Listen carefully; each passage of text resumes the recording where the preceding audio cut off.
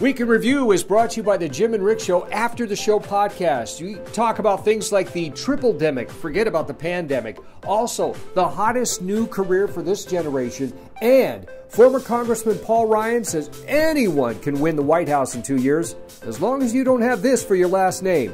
Download the podcast at thejimandrickshow.com or the podcast section of WOMTradio.com.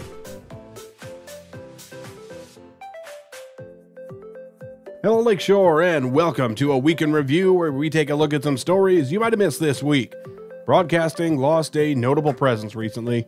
Al Ross, whose deep and pleasant voice has been featured locally as well as statewide on commercial and public radio and TV, passed away last week Friday. The native of Neenah was 73 years old and was battling cancer. You can still hear his voice on WOMT Radio. He's the man behind the intro packages for Open Mic and Be My Guest. All this week, we've been breaking down statistics released by the Manitowoc Public School District with Interim Superintendent Jim File. While the district is the least funded in the county and test scores and enrollment numbers are both down, File has a very optimistic look on the future. You can either read through all 5 stories or watch the video recap, which includes all the same information. Manitowoc Lutheran High School was recently honored by the Northeast Wisconsin Manufacturing Alliance. During its 11th annual Excellence in Manufacturing K-12 Partnership Award program on Monday, the Alliance gave Lutheran High their Brighter Image Award. Also receiving honors was Aaron's Co., which was given the Manufacturing Innovation Award. There were a total of 14 awards handed out to teachers, educational institutions, and manufacturers throughout Northeast Wisconsin.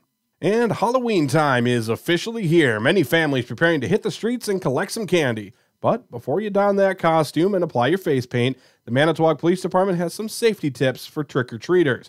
They suggest you never leave your child unattended and never enter anyone's home. Also, police and homeowners alike ask that you not take shortcuts through yards. As you make your way down the street, make sure you're using the sidewalk and only approach homes with lights on outside. That is the signal that they're ready and waiting to see your costume and give you some candy. As always, look both ways before crossing the street and walk, not run between houses. Parents and guardians are encouraged to accompany children while out and about and to inspect candy before it's consumed.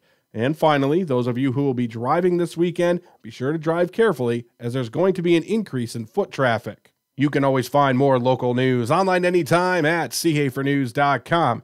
Have yourselves a spooky weekend, and we'll see you next week.